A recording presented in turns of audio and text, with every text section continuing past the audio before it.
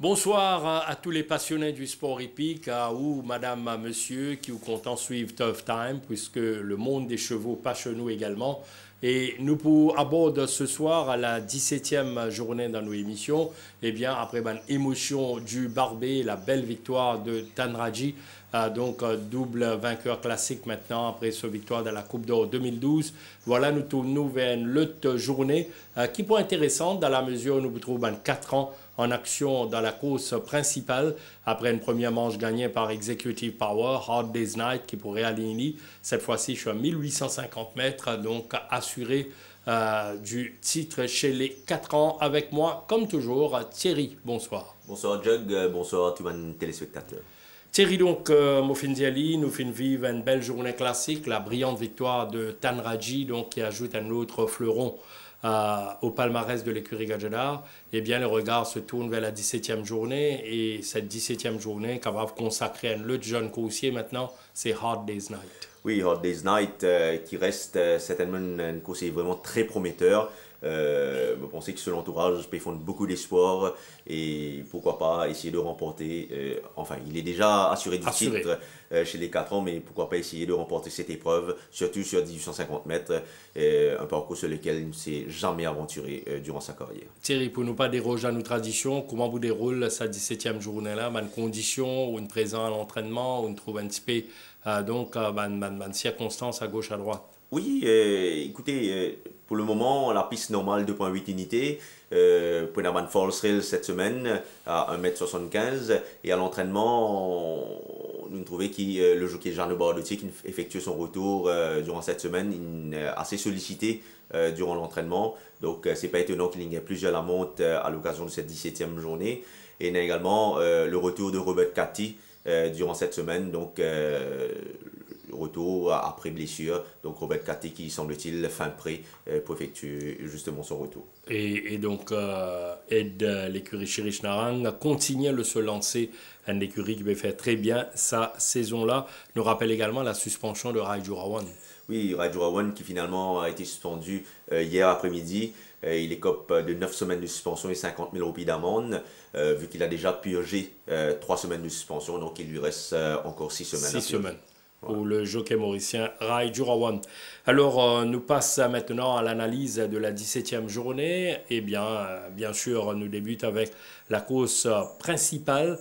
Eh bien, femme Mauritius Derby Cup, réservée aux 4 ans Nundiali, 1850 mètres.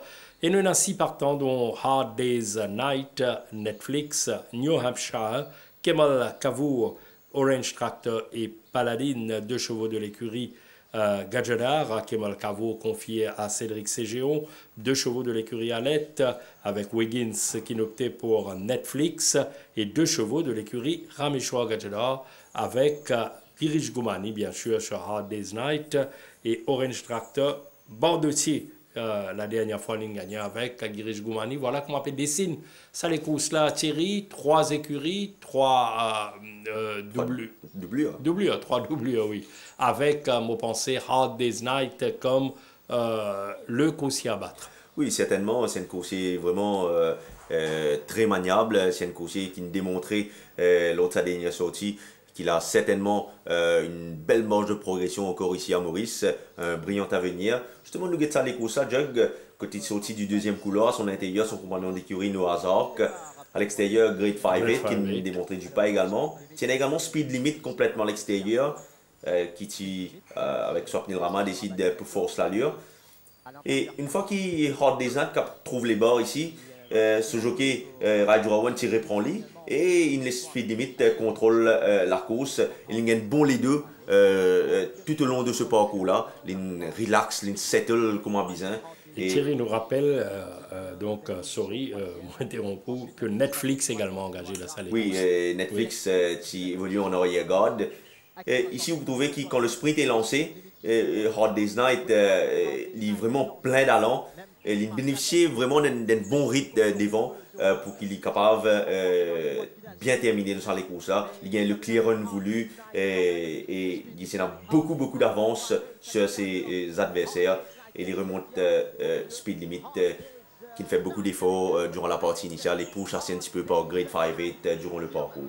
Donc la victoire de Hard Day's Night, il faut penser que c'est un coursier qui pas nécessairement un finisseur, c'est un coursier qui bien quand même exprime bien durant la partie initiale et étend sur une longue foulée. Donc, ce travail en compagnie Il est en de condition Orange améliorée, la Thierry, par rapport très à bien, la oui. course. Je pense qu'il est beaucoup mieux encore qu'il l'autre sa dernière sortie.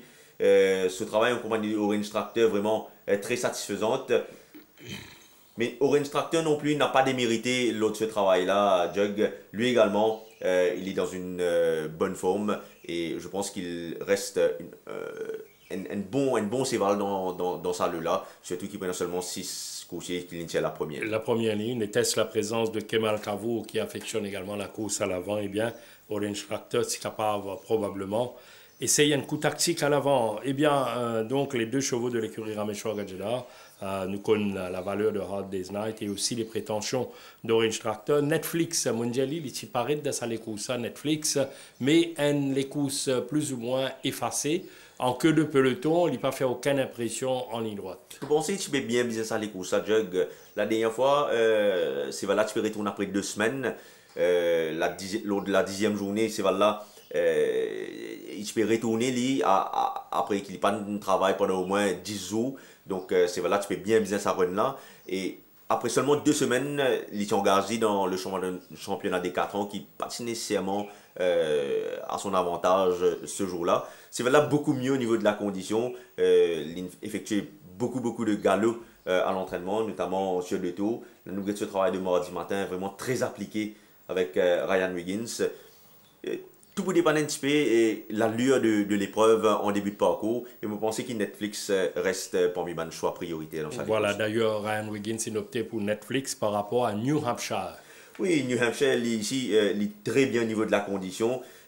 C'est un coursier qui, d'après moi, est capable d'évoluer assez proche du pas et il est capable d'essayer inquiète un petit peu mal animateur de l'épreuve, d'après moi. Mais ce sens, d'après moi, intact dans sa course parce qu'il est également très bien. D'ailleurs, à jeudi matin, Ryan Wiggins surcomplémente tous les décibels, pas tu peux connaître lesquels pour choisir. On lâche le mot tout à l'heure, c'est-à-dire le principal animateur, le rythme qui est capable d'être imprimé par Kemal Kavo, confié à CG11 cette fois. Oui, Kemal Kavo qui reste un coursier à l'état de promesse. Il n'est pas encore réussi de démontrer tout le bien qu'on pense de lui. Mais vous pensez qu'il a une chance en or de pouvoir dicter le train dans sa course-là. La dernière fois, un petit peu malchanceux car Independence avait décidé de forcer l'allure en sa compagnie. Là, vous pensez qu'en l'absence d'un véritable front-runner, il peut se retrouver aux avant-postes et on peut le voir sous un meilleur jour. À l'entraînement, il s'est très bien comporté, surtout mardi matin ici, il est devant en compagnie de Paladin que Stephen Arnold a décidé de choisir dans cette épreuve. Une fois qu'il Paladin met lui à son extérieur, trouvez qu'il peut montrer lui assez entreprenant sur la selle de Rakesh Bagherati. Vous pensez que Kemal Kavo est capable encore d'améliorer ses conditions physiques, mais je ne suis pas étonné qu'il est capable de terminer le quartet ici. Voilà. Nous, avec ce compagnon d'écurie, Paladin, le choix de Stephen Arnold, quatrième derrière Black Tractor la dernière fois. Vous pensez ça est très bénéfique pour lui et aussi l'allongement du parcours capable de permettre à Paladin de réaliser une bonne prestation. Tout à fait. Si nous regardons sa dernière course, je trouve que c'est valable possède beaucoup de vélocité initiale. À l'avant, c'était Five Star Rock et No Resistance.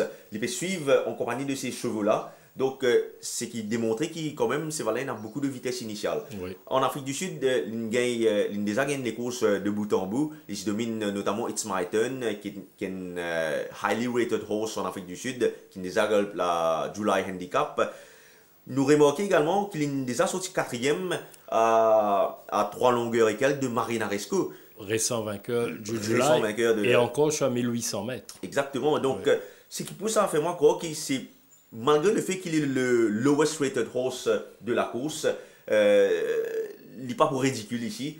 Là, nous avons justement l'arrivée de cette épreuve Jug de la dernière fois. Five Star Rock faisait figure de vainqueur ici, mais Black Tractor allait sortir un magnifique coup de rein pour s'imposer.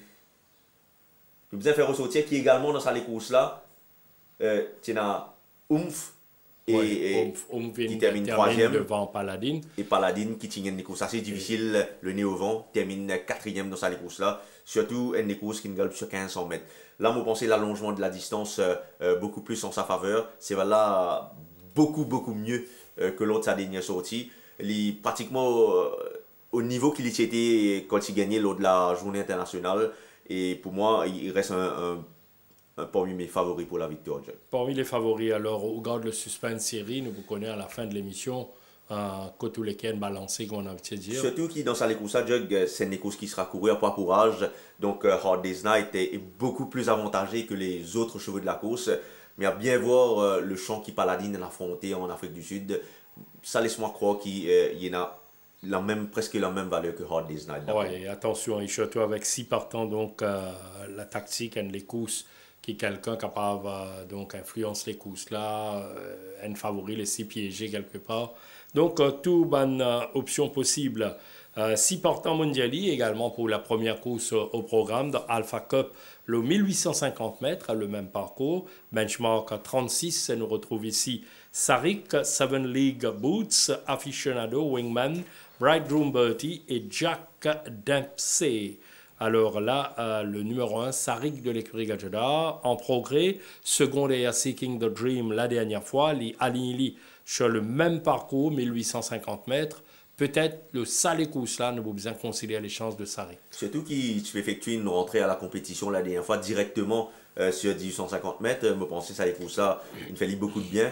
Il retourne sur ce même parcours, un bon numéro 2 cette fois. Il sera certainement parmi les animateurs de l'épreuve. C'est très bien au niveau de la condition. Et je pense que le champ est beaucoup moins relevé que la dernière fois. Et il y a une chance, d'après moi, de premier road dans sa Il travaille avec Caracal ici mardi dernier. Oui, à l'entraînement, Jug, c'est pas un cheval qui est vraiment démonstratif. Vous trouvez qu'à chaque fois, ce adversaire peut dominer. Mais là, quand même, vous avez fait ressortir qu'il réalise un galop vraiment très intéressant aux côtés de Caracal mardi matin. Et me pensez qu'il n'est pas pour ridicule dans sa première course. Bien sûr, et nous avons peut-être celui qui posait en favori, Seven League Boots, intraitable sur le même parcours la dernière fois, domine facilement au Wingman. La dernière fois, il s'impose ce pas très facilement, il s'est réduit à la course à une allure assez correcte et il sprinté dans les 400 derniers mètres pour ne plus être rejoint à l'arrivée. Il a une fois de plus tiré un bon numéro. Je pense qu'il peut une fois de plus retrouver aux avant-postes, mais comme Sarik reste un gros morceau. Et un travail shot de tour qui va passer inaperçu. Oui, tout à fait. En tout cas, au niveau de la condition même, il est très bien au niveau de la condition. Je pense qu'il il réunit certainement les meilleures chances, mais attention à Sarik. Attention à Sarik, nous avons Wingman également dans sa course là, vainqueur la dernière fois en benchmark 31. Là, les points un petit peu plus difficiles, d'autant plus qu'il était barré par Seven League Boots la dernière fois. Oui, un peu plus difficile, mais je pense qu'il au 1850 mètres, il est capable de mieux exprimer. Il reste parmi les outsiders de l'épreuve. On peut cause outsider qui couchait, disons, retenir. Là. Ben, me retenir surtout ce numéro 5, Bridegroom Bertie, qui, pour certainement apprécier les 1850 mètres, me pensez c'est une course qui demeure un strong one pacer. Il y en a beaucoup de vitesse initiale, mais par la suite, il n'est pas capable d'accélérer en ligne droite. Et vous pensez que les 1850 mètres, beaucoup mieux pour lui. Nous pouvons se donner les courses justement que il sortit vraiment très vite à son intérieur. Il y a une bonne pointe de vitesse initiale, Bridegroom Bertie. Effectivement, à son intérieur, Rokon Jordies, Duke de Duke qui fait la course devant et Shield of Thunder. Il pourrait trouver parmi les animateurs de l'épreuve, il pourrait des courses assez difficiles ce jour-là, en deuxième voire troisième épaisseur même, quand Rokon Jordies vous décide pour mettre lui à l'extérieur de Duke de Duke. Et là, vraiment, il pourrait des courses très difficiles. À l'arrivée, vous trouvez qu'il là, il est toujours parmi en épaisseur, hein, les voyages en épaisseur, un trajet très compliqué. Il peut toujours retrouver parmi les animateurs de l'épreuve. Il peut retrouver sur presque la même ligne que 40 Henry à l'extérieur et Political Power à son intérieur. Et à l'arrivée, même s'il n'a pas fait une grosse impression, sur 1400 mètres, vous pensez qu'il n'est pas capable de prétendre à battre ce cheval-là de la position que il était. Là, cette fois avec la première ligne, si toutefois Sarik et Seven League Boots aux 500 mètres décident pour lancer un duel sans merci, je je pense qu'il sera le premier peut-être à se mettre en évidence parce qu'il sera idéalement placé. Et si Seven Nick Boots abuse de la largeur de la piste, attention, Bridegroom Bertie peut bien finir dans cette épreuve. Justement, donc un outsider intéressant, Bridegroom Bertie. De la course d'ouverture, nous passe à la course numéro 2 de Beta Cup 1500 mètres, ici rating 0,26 avec Gold Medalist, la nouvelle unité de l'écurie Patrick Mervin, pas de victoire en 3 sorties en Afrique du Sud. Gondwana, bon début, quatrième derrière Redwood Valley. Charleston Hero décevant la dernière fois. Sierra Redwood également qui rentre dans les rangs. Without a Doubt qui gagne déjà une victoire cette saison. Zagazig encore tout approuvé. Swinging Captain également, tout comme l'inédit Son of Sardar qui gagne déjà une première course de sa carrière derrière Dark Force la dernière fois. Oui, cette épreuve, Jug, peut se résumer un beau duel entre Charleston Hero et Without a Doubt.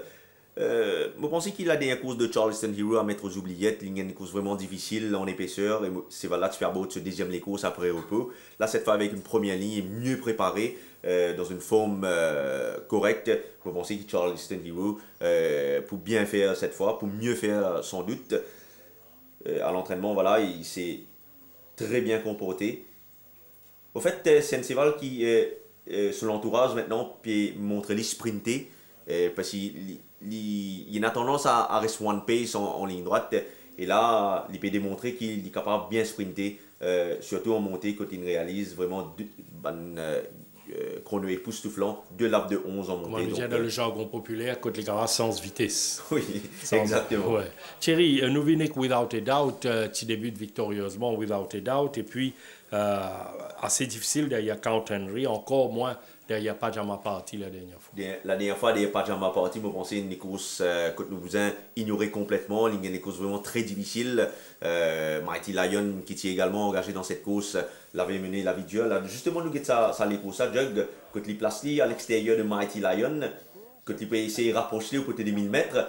Et vous trouvez que Mighty Lion est niveau demandé là pour solliciter ce monture là. Et Without a Doubt est prise au piège un petit peu à l'extérieur. Et Niven Mardi avait été sanctionné après cette course. Et Steven Arnold le trouvait à un moment donné qui est à gauche, à droite, il n'est pas ligne. Oui, il y a une course compliquée. Et devant Pajama Party, c'est vraiment intouchable ce jour-là, le premier débattu. Hors d'atteinte ce gris, mais derrière Without a Doubt pour faire un bon retour quand même en fin de parcours. Oui, pour terminer quatrième, Kimberley prend la deuxième place. Sid Arnaud ne démérite pas, il termine dans le sillage de Kimberley. Donc là, Without a Doubt, entre-temps, il très bien travaille. Jeudi matin, il réalise sans doute le meilleur spurt, avec la performance chronométrique bien sûr de la matinée, 11 secondes et 22 centièmes en ligne droite. Il est dans une très belle forme et je m'attends à ce qu'il dispute l'arrivée. Une très bonne course. Alors nous tournons vers peut-être un outsider rapidement avec le nouveau Gold Medalist. Pas de victoire, seulement 3 sorties, mais 2 fois placé. Oui, il a dévoilé un bon potentiel à l'entraînement. Il est dans une belle forme en ce moment. L'autre Barrier Trial, il s'est très bien comporté. Il s'est montré beaucoup plus rapide que Maestro Salute qui a manqué un léger temps d'arrêt. C'est un coursier qui affectionne la course proche du pas. Et je pense que les 1500 mètres vont être un parcours idéal pour une reprise, vu que ce coursier a couru 3 fois ces 1600 mètres en Afrique du Sud. Oui, gold medaliste, donc le coursier de l'écurie Patrick Mervin, Imran Chisti sera sur le dos. Et donc, nous pouvons bien suivre lui, ou capable de suivre ce barrier trial. Mais Thierry, on disait tout à l'heure, il y a un coursier qui peut confirmer. Je pense à Sierra Redwood, donc bon début. Et puis la dernière fois, une des courses un peu quelconque. Oui, Sierra Redwood qui est dans une très belle forme en ce moment. L'Intia à la troisième ligne. C'est la doublure d'ailleurs de l'écurie Ramesh Jadar, confiée à Vijanan Bandhu. Mais Sougete, c'est avec Vijanan Bandhu qu'il fait sommeiller les courses ici. C'était des qui est prône. Ça joue là, il prend la tête et il se faisait rattraper par un excellent qui est prône. La dernière fois, il y a une course vraiment très difficile, très éprouvante. Là, lui, au travail avec Declarator. Là, oui, l'autre travail, il n'a pas vraiment impressionné. Il est resté dans le sillage de Declarator. Un travail assez raisonnable, nous qu'à dire. Mais au niveau de la condition, il est très bien en ce moment. Une troisième ligne, il sera certainement dans la position tête et corde. Ouais, et il est capable de glisser dans la bonne combinaison chez Redwood. Donc l'autre nouveau swinging captain qui pas galopé depuis bientôt 1 an. Il bénéficie également d'une remise au niveau du rating, puisqu'il n'est pas galopé plus qu'il y a 1 an. C'est voilà, paraît fin prêt pour effectuer ses débuts. Et je ne pas prêter de moi à ce qu'il est 18 l'arrivée. C'est un cheval qui, quand même, il dévoile un joli potentiel à l'entraînement. Et là, justement, nous avons spot jeudi matin. Pas vraiment bousculé, mais il paraît qu'il y en a du potentiel dans sa course. Et nous rappelle qu'ici, Robert Cathy, qui monte lors de sa dernière course sud-africaine.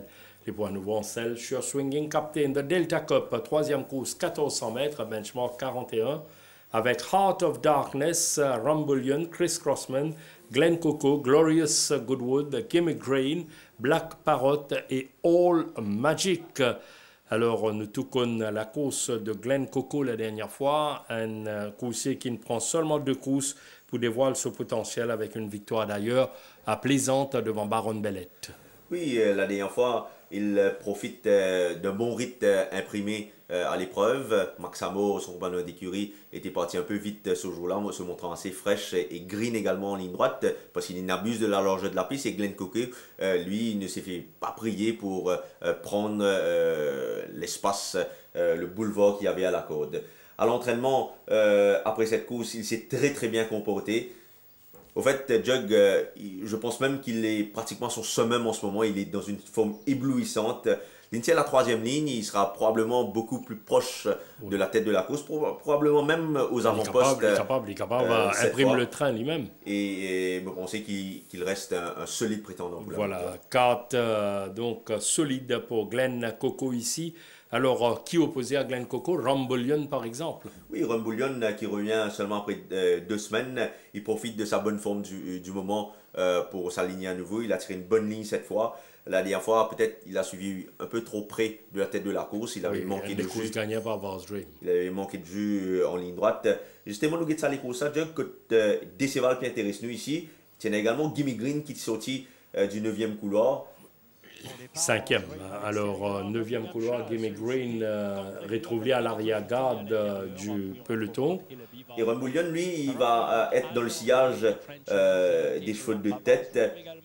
Et vous pensez qu'il est vraiment trop près de la tête de la course pour pouvoir bien accélérer en ligne droite, Varsdream à son intérieur. Gimme Green, lui, il évolue en arrière-garde.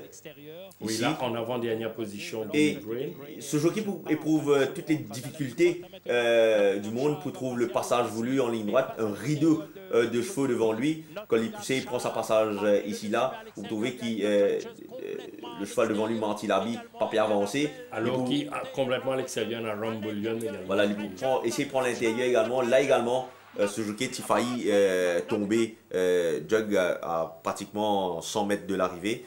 Donc, vous pensez qu'il sans ces incidents, probablement, il sera capable de terminer plus près, mais prétendre à la victoire, je ne pense pas. Mais entre-temps, Gimme Green a beaucoup progressé en entraînement. Rumbullion, lui... Là, nous reste avec Rumbullion pour... Oui, lui, il a réalisé vraiment un excellent spot jeudi matin. Son entourage a décidé de le maintenir plus sur la fraîcheur. Et je pense que s'il adopte une meilleure tactique cette fois, il sera beaucoup plus pertinent. Justement, Thierry, nous cause donc le Rumbullion et Gimme Green également, qui fait un travail donc remarquable. Oui, lui, il a vraiment réalisé un gros progrès en ce moment. Et vous pensez qu'il sera certainement un gros danger dans cette épreuve, surtout qu'il a tiré cette fois la première ligne. Que dire de Black Parrot qui gagne donc 2 sorties déjà, mais la dernière fois, il s'est retiré en raison d'une boiterie, 7e auparavant derrière Sunset Breeze. Sévalène a accompli un gros progrès. Vous pensez s'il est remis de sa chute de la semaine dernière, c'était samedi matin qu'il avait chuté. S'il s'est remis psychologiquement, je pense qu'il va faire une bonne course. D'autant plus qu'il a obtenu qu'il mardi matin, il laisse une très belle impression aux côtés de Twig, The Wind, un nouveau qui pas plus tard pour débuter ici. Voilà pour Black Parrot qui figure parmi un outsiders de la 3e course. Nous passons à la 4e de Gamma Cup, 1500 mètres, benchmark 46 avec Our Jet, Act of Loyalty, la nouvelle unité de l'écurie Gadjada. Une victoire en 9 sorties, sur 1200 mètres, 7 victoires et 3 placés. Bug, Maestro Salute, Cavallino, la doublure de l'écurie Gadjada, Nordic Storm, Guilty as Charged, Moy Power, Melson et After Midnight. Une course très compétitive ici. très ouverte de surcroît, avec la présence du nouveau de l'écurie Gadjedar, dont on dit le plus grand bien, Act of Loyalty. Oui, c'est pas étonnant dont on dit le plus grand bien. Jug, Act of Loyalty, comme Yearling, il avait été acheté au prix d'or, 2 millions de rand en Afrique du Sud. Sensival, tenu en haute estime certainement pour l'écurie Gadjedar. Eux-mêmes, je pense qu'ils l'ont acheté à prix d'or. Et Sensival qui débute sa préparation en compagnie de Enad, qui effectué ce début la semaine dernière dans la Barbie Cup. Nous quittons ce travail de mardi matin à côté de Soweto Moon, qui vraiment nous laisse une très très belle impression. Sensival qui gagne pas mal de bons galops sous les sabots. Il y a l'intérieur ici. Oui, il y a l'intérieur de Soweto Moon. Et Mukaro Diao qui, même si au niveau de la robe, il n'est pas vraiment affiché une robe vraiment luisante, il y a encore une assommation de poils d'hiver, mais Mukaro Diao qui est fin prêt pour effectuer le début. Il est capable de frapper même d'entrée. Débute victorieusement en Act of Loyalty. Seul hic, Jug, l'autre Barrier Trial, il avait sauté les allées aux abords de la rue du gouvernement. Voilà, donc peut-être un fait à noter. Voilà, oui. un fait à noter, Jug. Thierry, il y a le redoutable duo de l'écurie Chirichnarang, on va cause ici à Wadjet, qui frôle la victoire face à nos résistances. Bon troisième derrière l'intouchable Don Raid, alors qui Buck alors rentre dans une catégorie des Valrain et tout. Beaucoup de placés, beaucoup de régularité, mais pas de victoire. Oui, les deux coursiers sont vraiment très très bien en ce moment. Bug peut retourner après une petite infection à la gorge. Il semble complètement remis de cette infection car entre-temps il a très très bien travaillé. Justement, ça décival là qui travaillent mardi matin ensemble et Bug, le gris à l'extérieur. À Wadjet. Le gris est à l'extérieur. À l'extérieur, voilà, de Awadjet. Awadjet, c'est une coursier qui est vraiment plein d'allant. C'est une coursier qui, notamment, un bon front-runner. Donc, logiquement, il montre beaucoup plus entreprenant que Bug, qui reste essentiellement un finisseur. Vous pensez que le train de la course va être en faveur de Bug cette fois. Et comme il fait bien sur la fraîcheur, mentalement, ce qu'il dispute l'arrivée, pourquoi pas essayer de remporter sa première. Avant qu'il nous passe cinquième course, nous cause deux outsiders, dont Nordic Storm de l'écurie Mega, ou bien attendre à ce qu'il y a amélioré sa prestation de la dernière fois. Certainement, la dernière fois, pas n'a aucun sens qu'il y remporte les courses, car nos Resistance avait réduit la course à un sprint. Je pense qu'il l'a avec l'allure qu'il pourrait cette fois, il est pour un gros danger. Au niveau de la condition, il est très bien en ce moment. C'est une light saut qui n'est pas bousculée à l'entraînement, donc nous pouvons prendre lié avec des pincettes dans sa course à jug et moi attendre ce qu'il dispute l'arrivée. Et le surprenant Moi Power victorieux lors de la 9e journée qui rentre rapidement dans les rangs dans les courses gagnées par Black Tractor. Oui, je pensais qu'il a des fois il y a des courses assez difficiles. Là, cette fois avec la deuxième ligne, il sera mieux placé et je pense qu'il va faire meilleure figure. Et je m'attends également à ce que After Midnight également fasse une belle course dans cette épreuve. Voilà, nous à retenir en ce qui concerne la 4e course. Nous passons à la 5e épreuve, la Coupe de l'ambassade de France. Alors, 1365 mètres à benchmark 56 avec la présence de Denis Brasco, entrée, Psycho Sid, Lucky Valentine, Nation Builder, la nouvelle unité de l'écurie Patrick Mervin, bonne carrière en Afrique du Sud, 20 courses, 4 victoires, dont 3 sur 1400 mètres et 1 sur 1200 mètres pour 8 placés.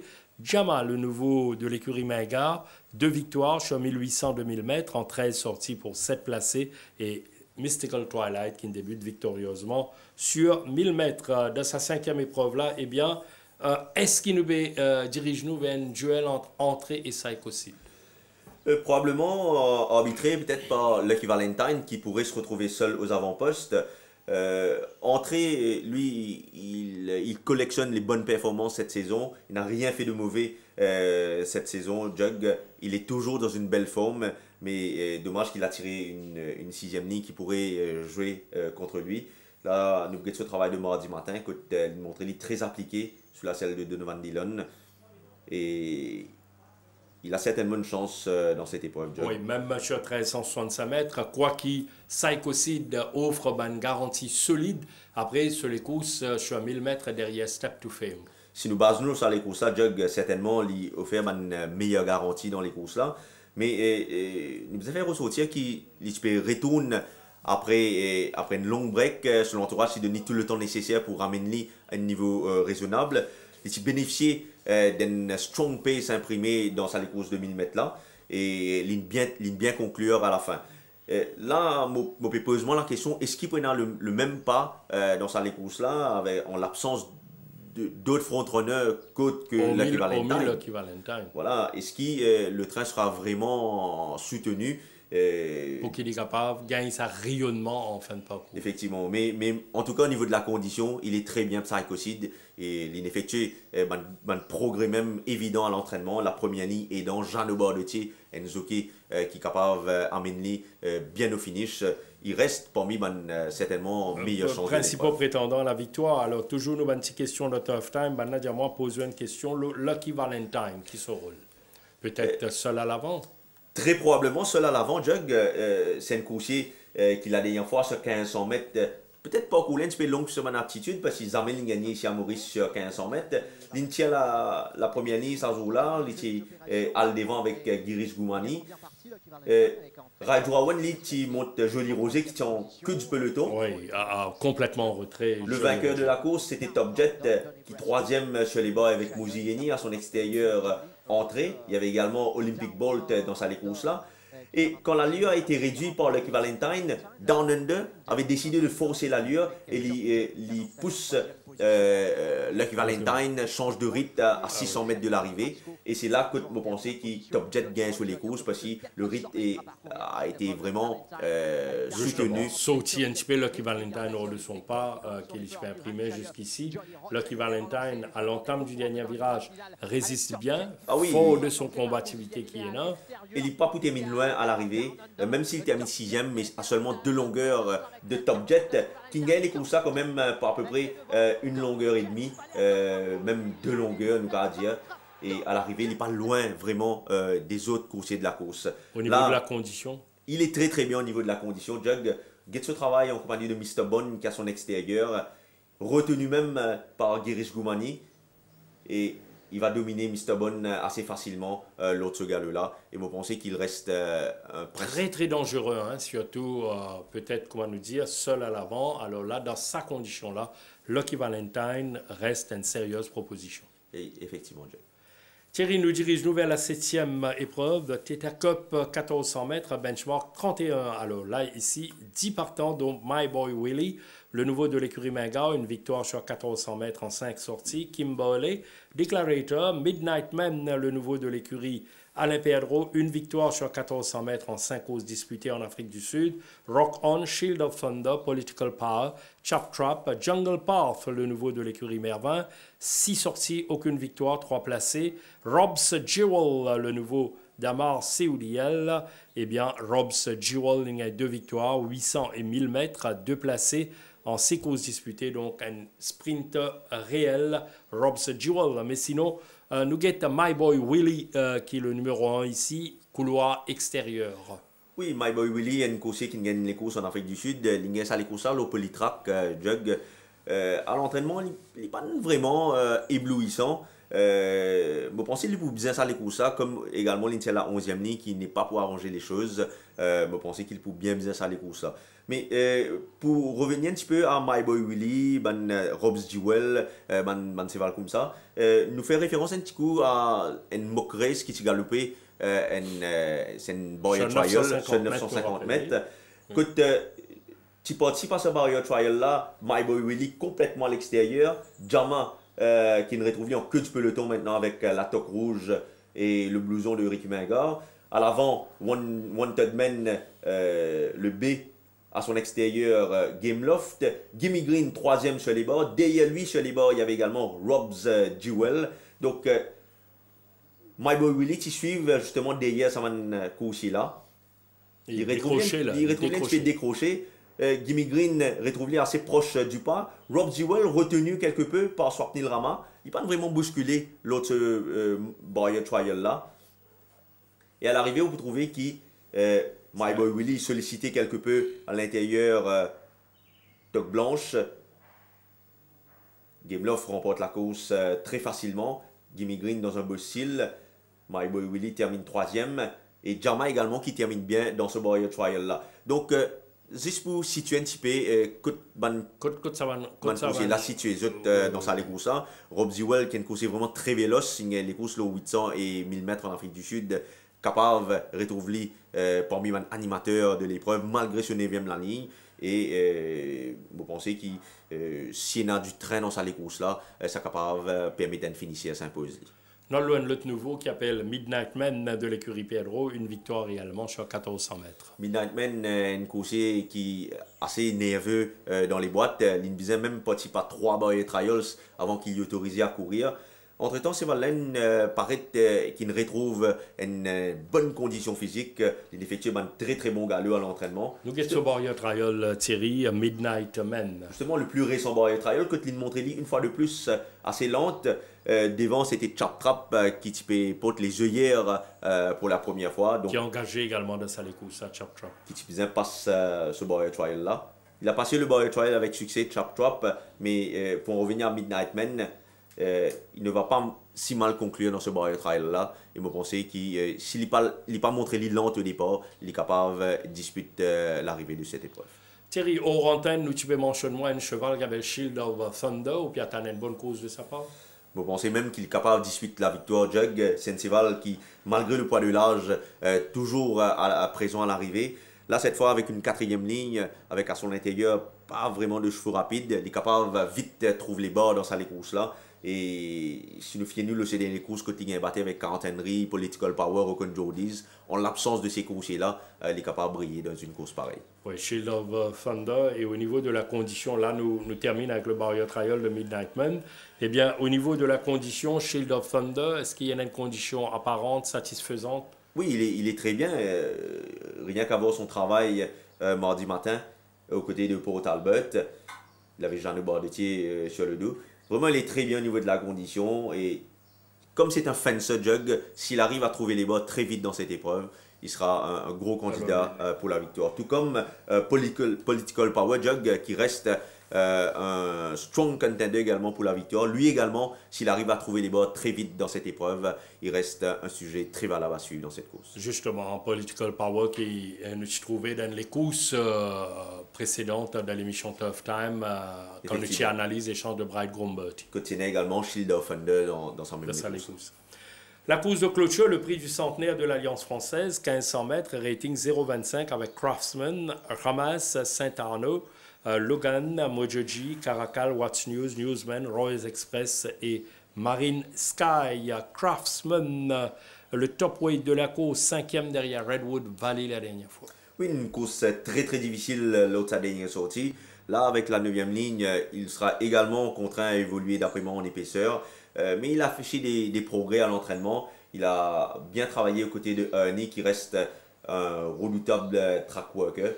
Mais il n'a pas démérité à l'entraînement et je pense qu'il peut disputer les places dans cette épreuve. Craftsman, nous venons avec les deux représentants de l'écurie Rameshwar Gajada. Ramas, anonyme la dernière fois, très loin, malgré qui nous avons des causes difficiles. Et Newsman également qui peut alterner le bon et le moins bon.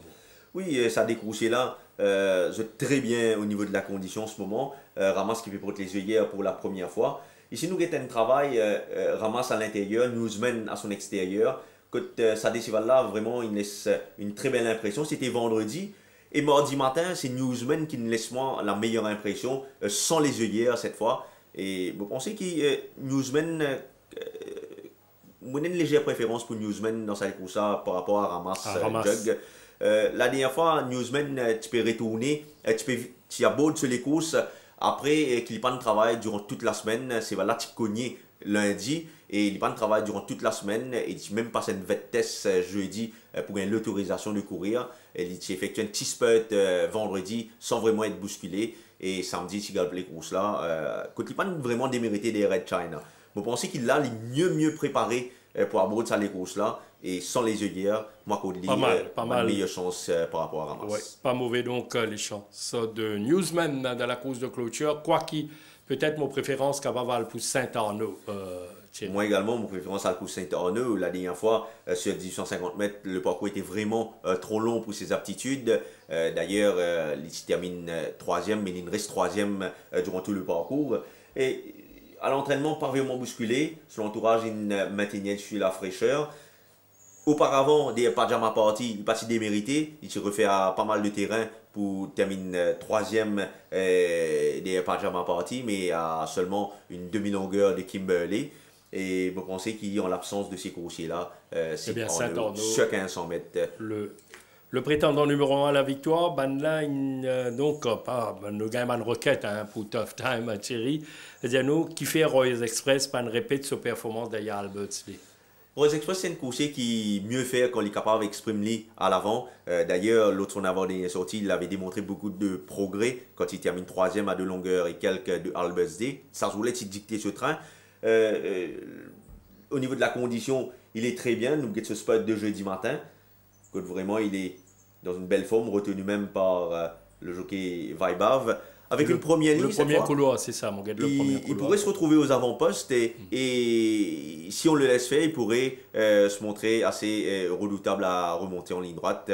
Et comme il fait bien dans la course à l'avant, je vais lui accorder une petite chance. Petite chance, surtout 1650 mètres la dernière fois rattrapé en mi-ligne droite. Et là, 1500 mètres, attention à Rose Express. Thierry, nous passons en revue donc les différentes épreuves, les 8 épreuves de la 17e journée. Nous laissons maintenant travailler en toute quiétude pour différents choix de la journée, alors qu'il nous retrouve le tandem Kamlesh Ravi pour les news venant de Floréal.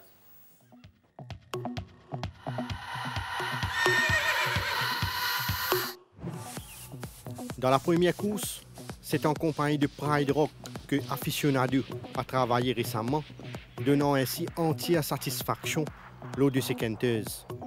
Seven League Boots, comme vous pouvez le constater, s'est très bien comporté sur la grande piste alors qu'il effectuait son dernier tour au Nice Canter.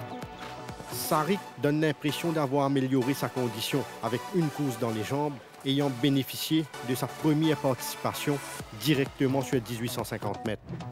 Dans la deuxième course, admirez ce Sierra Redwood qui a démontré un gros potentiel lors de ses workouts, ce qui est une indication de sa constante progression.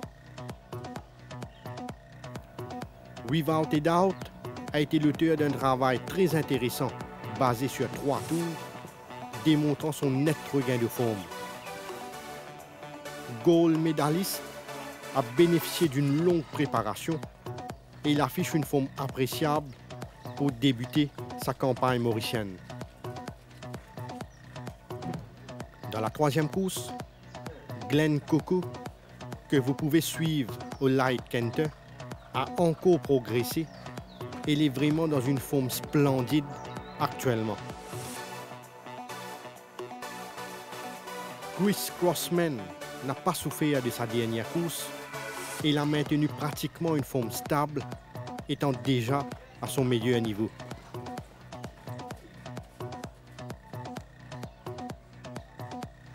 Heart of Darkness a amélioré son niveau de fitness avec un travail accéléré vendredi dernier, démontrant qu'il est encore mieux que la dernière fois. Dans la quatrième course, Our Jet a été entraîné avec beaucoup de soin et il a bien assimilé son travail, améliorant constamment sa condition. Bug s'est très bien adapté à son nouveau mode d'entraînement et il est vraiment dans une superbe forme actuellement.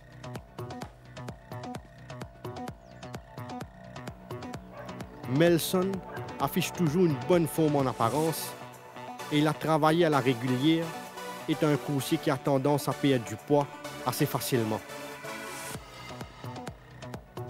Dans la cinquième course, attention à ce Nation Builder qui paraît s'être bien acclimaté aux conditions locales et qui est suffisamment fit pour aborder sa première course sur notre piste. Lucky Valentine s'est bien repris après sa course sur 1500 mètres et comme vous pouvez le constater, il est beaucoup mieux dans sa peau.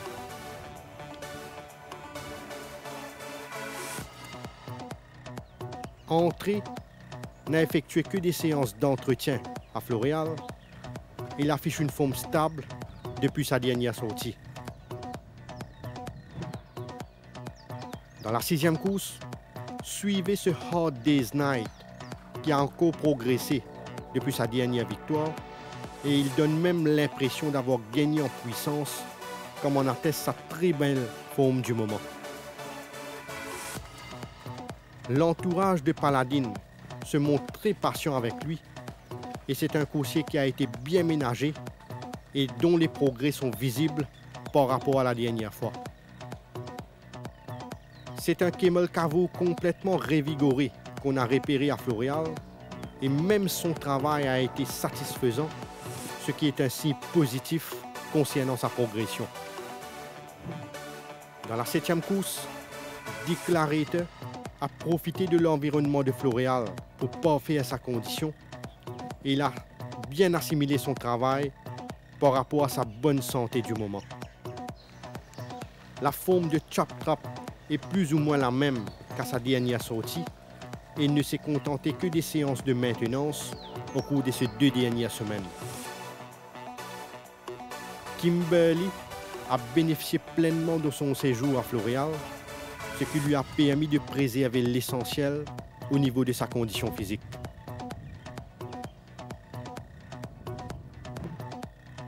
Dans la 8e course, Saint-Arnold a effectué un court séjour à Floréal pour se refaire une santé et il a bien récupéré, comme en atteste sa bonne forme alors qu'il évoluait au Light Canter. Newsman est définitivement un coursier qui a accompli de gros progrès et qui ne cesse de gagner en maturité au fil de ses séances d'entraînement.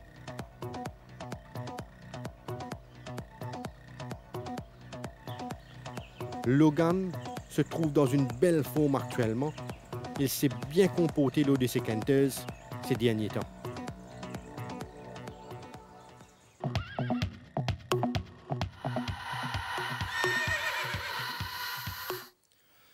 Voilà, merci à Kamlesh et à Ravi. Donc, un détail très important sur la journée de demain venant de Floréal. Nous vous retrouvons la semaine prochaine dans Tough Time. Thierry, nous rappelons qu'il a renoué avec l'interview dans Tough Time et ce sera le cas ce soir quand nous avons écouté le jockey Kersley Ramsamy. Rien que 2 montres, nous écoutons.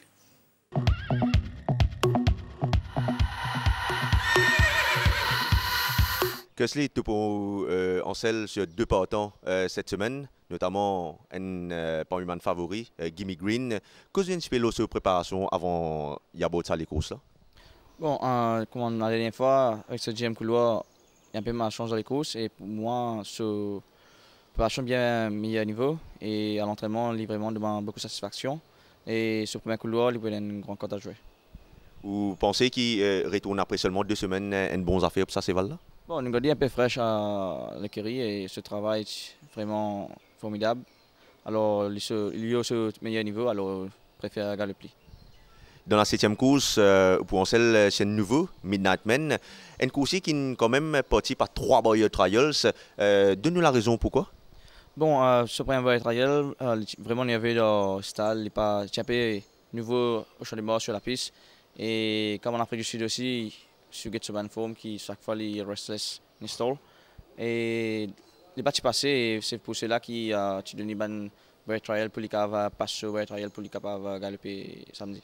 Et au niveau de la forme, comment il était en ce moment-là? Pour moi, il y a un cheval qui est vraiment appliqué au travail et pour moi, enfin pour la première fois, il est galopé, il est capable green, on ne sait jamais, mais pour moi, il a vraiment un bon cheval pour poursuivre pour l'avenir. Sinon, parmi ça, des chevaux peut monter là, la meilleure chance? La chance, c'est Gimme Green avec ses premiers couloirs et voilà. Et sinon, s'il y a un cheval qui nous a suivi contre l'écurie Pedro jusqu'à la fin de la saison, ce serait? Pour moi, personnellement, je me trouve Olympic Bolt.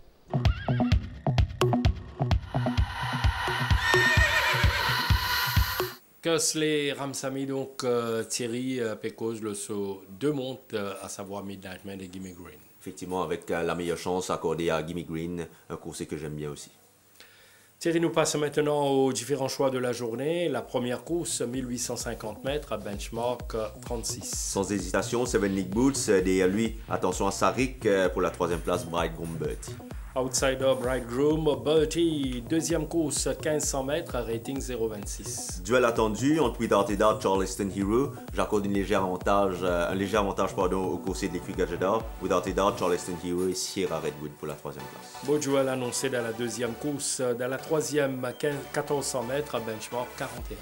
Également un beau duel ici entre Gimme Green et Glen Coco. Un léger avantage pour moi, Gimme Green avec la première ligne, Glen Coco pour la deuxième place et Rumble pour la troisième place. Course très disputée en vue, tout comme la quatrième, 1500 mètres, benchmark 46. Une course vraiment très ouverte. Jug, petite préférence pour Bug, derrière lui Nordic Storm et Act of Loyalty qui reste un coursier de très bonne valeur. Peut-être enfin Bug. La cinquième course, 1365 mètres, benchmark 56. Attention tactique. Oui, la tactique de course me fait pencher pour Lucky Valentine. Choix prioritaire, derrière lui Psychocide et entrée pour la troisième place. Nous passe la course principale Thierry, 1850 mètres, réservée aux 4 ans. Même si Hard Day's Night est le highest rated horse de la course, je lui fais mon favori, mais attention, Paladin va être aux aguets, donc Hard Day's Night, Paladin et Netflix pour la troisième place. Pour la troisième place. Septième course, 1400 mètres, benchmark 31. Course difficile à déchiffrer. Mince avantage pour Political Power, derrière lui Shield of Thunder et chance également pour Declarator qui va mieux faire cette fois. Le trio choisi par Thierry pour la 7e, manuel découvert pour la course de clôture sur 1500 mètres à rating 0,25. Mon choix reste pour Saint Arnaud pour la première place, Newsman pour la deuxième place et Ramas pour la troisième place. Saint Arnaud, probablement pour une grande première ici au Champ de Mars. Thierry, alors nous passe maintenant au Bangkok. Écoutez, suite à ces deux, voire trois bonnes performances cette saison, Saint Arnaud reste pour moi une très bonne chance dans cette dernière épreuve. Et le feelings de la journée? J'aime bien Lucky Valentine dans la cinquième course qui pourrait réaliser une course tactique. Également dans la septième course Political Power qui n'a pas mal fait lors de ses trois dernières sorties, 3 troisième places. Et je m'attends également à une bonne performance de Gimme Green qui je pense a certainement une excellente chance dans la troisième course. Justement, Thierry, donc rassure-nous, nous prenons bonne note de tout ça, nos coursiers là. Thierry, merci et nous souhaitons une très bonne journée demain. Vous aussi et surtout tous les téléspectateurs, bonne chance. Bien sûr, toute l'équipe de la réalisation joint nous pour souhaiter une agréable fin de soirée le nouvel de l'antenne. À demain, donc pour le reportage en direct de la 17e journée.